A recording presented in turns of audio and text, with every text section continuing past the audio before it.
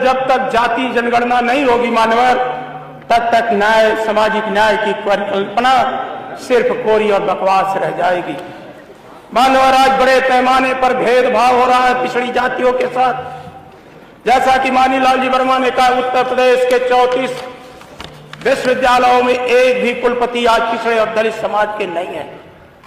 मानवर, हम सबको उम्मीद थी कि उत्तर प्रदेश की सरकार पिछड़े और गरीब तबके के लिए योजनाएं बनाने का काम करेगी, लेकिन आज सरकार के अंदर इतने कथावाचक हो गए हैं, जो उठता है अपनी सीटों से वो हमें प्रभु श्री राम की मर्यादा का, भगवान श्री राम के बारे में जानकारी देने का काम करता है। मानवर, हमारे नेता डॉक्टर लोहिया ने सबसे पहले चित्रकूट के अंदर रामायण मेले का आयोजन किया था। डॉक्टर लोहिया ने कहा था कि हे प्रभु, अगर मुझे कुछ देना तो प्रभु श्री राम की मर्यादा देना, कृष्ण का कर्म देना और शिव का मस्तिष्क देना। मानवर, जो हमारी सनातन संस्कृति है, जब हम अपने घरों पर कथावाचन करते हैं तो ब्राह्मण में सुनाते हैं कि सनातन धर्म की जय हो, प्राणियों में सद्भावना हो और विश्व का कल्याण हो। मानवर, विश्व में तो विभिन्न प्रकार की जातियां रहती हैं, विभिन्न प्रकार के धर्म के लोग रहते हैं, हम सबके कल्याण की बात करते हैं। क्या हमारा धर्म इतना संकुचित हो गया है कि आज हम सिर्फ अपने ही कल्याण की बात करने लगे? हमारी सनातन संस्कृति विश्व के कल्याण की बात करती है।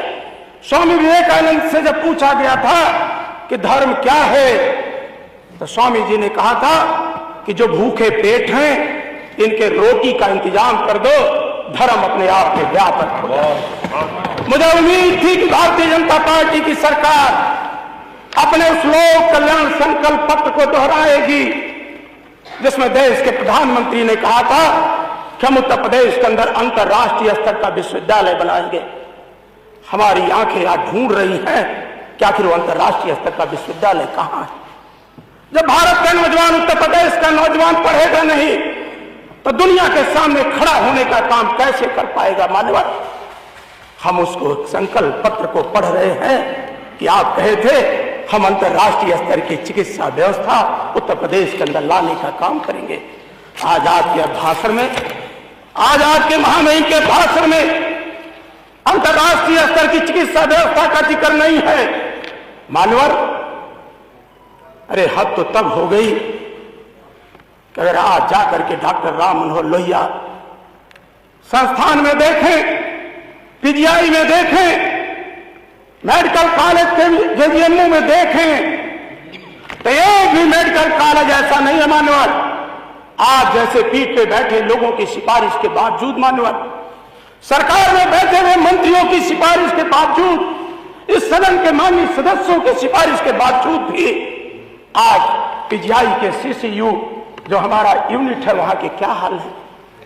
आप कहते हैं 1 डिस्ट्रिक्ट 1 मेडिकल कॉलेज। अरे प्रभु श्री राम की मर्यादा की कसम है, आपकी सरकार को एक भी राजकीय स्तर का मेडिकल कॉलेज बताइए जहां पर कार्डियोलॉजी का डॉक्टर हो, वहां ऑपरेशन होता हो। एक भी ऐसा मेडिकल कॉलेज बताइए जहां कैंसर का इलाज होता हो, जिस अस्पताल को आप बनाने का काम किए हैं। क्या जौनपुर का मेडिकल कॉलेज कैंसर का इलाज कर पा रहा है? क्या आजमगढ़ का मेडिकल कॉलेज कैंसर का अस्पताल इलाज कर पा रहा है? क्या कन्नौज का मेडिकल कॉलेज कर पा रहा है?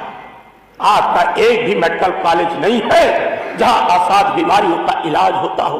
और हद तो तब हो गई कि जो हमारे नेता माननीय अखिलेश यादव ने एक मॉडल के तौर पर सुपर स्पेशलिटी कैंसर इंस्टीट्यूट बनाया था, जिसको आपने बाबू कल्याण सिंह के नाम पे कर दिया। हमें कोई आपत्ति नहीं है। क्या वहां पेट सिटी होती है? क्या आप उसको अस्थायी डायरेक्टर बना पाए? क्या लोहिया संस्थान को आपने अस्थायी डायरेक्टर दे पाए? आज कितना आप प्रभु श्री राम की दुहाई देंगे? आज भगवान को आप ढाल के तौर पर अपनी कमजोरियों को छिपाने के लिए आप प्रभु प्रभु को चिल्ला रहे हैं। प्रभु तो घट घट व्यापी है, प्रभु तो हर जगह है। कब तक प्रभु का नाम लेकर के इस देश के, उत्तर प्रदेश के बेरोजगारों के लिए आपके पास कोई नीति नहीं है? आपका बेरोजगार उत्तर प्रदेश का आज इजराइल जाने के लिए विवश है। मानवर, आप तो अपनी पत्नी से एक दिन दूर नहीं रहना चाहते हो, अपने परिवार से एक दिन दूर नहीं रहना चाहते हो। अरे वो भी तो किसी का बेटा है, किसी का पति है, जो पेट की रोटी के लिए आज लाइन लगा करके दूसरे देशों में जाने के लिए विवश है। आपकी सरकार पर हमें लानत आती है। और तो और आरक्षण का वहां घोटाला करते हो। बाबा साहब ने जो संविधान में कहा था, आज उसके आधार पर जब हमारा नौजवान आता है 69,000 शिक्षक भर्ती में, जिसका भारत का पिछड़ा वर्ग संवैधानिक है, खुद मुख्यमंत्री जी ने माना, आज उन पर लाठियां चलाते हो, उनके हाथों पर ढाका डालने का काम करते हो। और आप हम पर, हमारे नेता माननीय अखिलेश यादव पर छींटाकशी करते हो। अरे दिखाने के लिए आपके पास है क्या? वार्ड लेवल का पुलिस हेडक्वार्टर बनाने का काम माननीय अखिलेश जी ने किया। जलेश्वर मिल्स के नाम पर एशिया का सबसे बड़ा, जयप्रकाश नारायण के नाम पर अंतर्राष्ट्रीय केंद्र बनाने का काम किया। और आप तो आज जब सर से निकलते हो, चौधरी साहब को देखते हो, तो लोक भवन भी बनाने का काम माननीय अखिलेश यादव ने किया। आज आप कहां खड़े हो? कितना आपको प्रभु बचाएंगे? कहां कहां प्रभु आपको बचाएंगे? अरे हम तो जिस वंशज में पैदा हुए, उन्होंने तो दुनिया को गीता का संदेश दिया। यदा यदा हि धर्मस्य ग्लानिर्भवति भारत, अभ्युत्थानम धर्मस्य तदात्मानं सृजामि। कितने आपको पापों को भगवान बचाएंगे? अरे भगवान तो मर्यादा पुरुषोत्तम भगवान राम कड़कड़ में व्यापी है।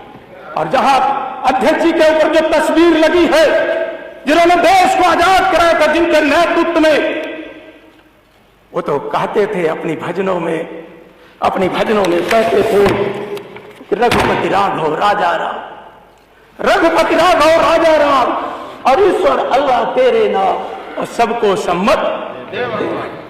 अरे सारे जहां से अच्छा हिंदुस्तान हमारा, इंकलाब जिंदाबाद।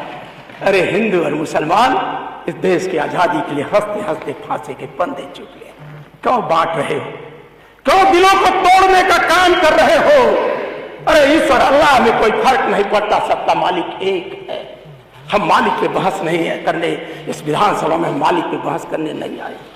हम इस विधानसभा में बहस करने आए हैं आजादी के इतने दिनों के बाद। आखिर जो बाबा साहब ने संविधान दिया है, आखिर उस संविधान को आप कमजोर क्यों कर रहे हो? क्यों आप अडानी की संपत्ति बढ़ती जा रही, अंबानी की संपत्ति बढ़ती जा रही, और आज गरीब का बेटा दर दर की ठोकर ही खा रहा है। आप उनके लिए यहां सोचने इस मंडप के नीचे आए हो, तो आप हमें राम की कथा सुनाते हो, हमें कृष्ण की कथा सुनाते हो। अरे हम प्रयाग की धरती पर रहे हैं, वहां पर लिखा रहता था, पंडित नारायण तिवारी जब मुख्यमंत्री थे, कि को कही सके प्रयाग प्रभाऊ कलश कुंज कुंजर मिगराऊ। आज तो आपके अंदर इतने संक हो गए। शंकराचार्य को तो आपने बुलाया नहीं, अमिताभ बच्चन जी को बुला लिया, कटरीना कैफ को बुला लिया, हमें कोई आपत्ति नहीं, हमें कोई आपत्ति नहीं है, आप बुलाओ।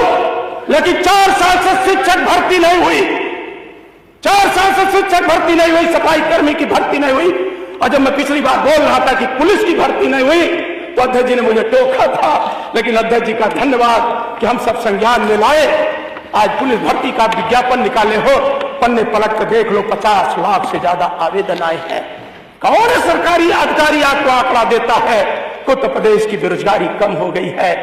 अरे उत्तर प्रदेश की ही बेरोजगारी 2024 में आपको पता चल जाएगा, 2024 में आपको पता चल जाएगा।